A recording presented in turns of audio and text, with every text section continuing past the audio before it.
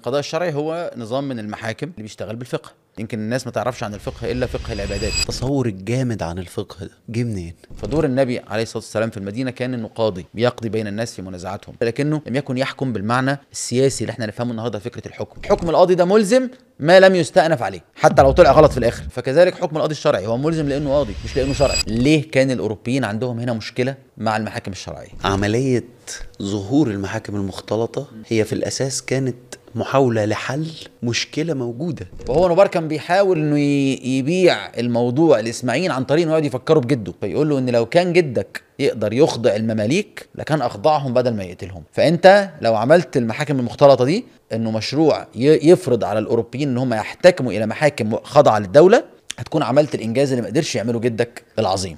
اعتقد ان الناس كانت في الفترة الاخرانية على 10-15 سنة اللي فاتوا دول ينسوا ان اسرائيل صورة استعمارية. صحيح.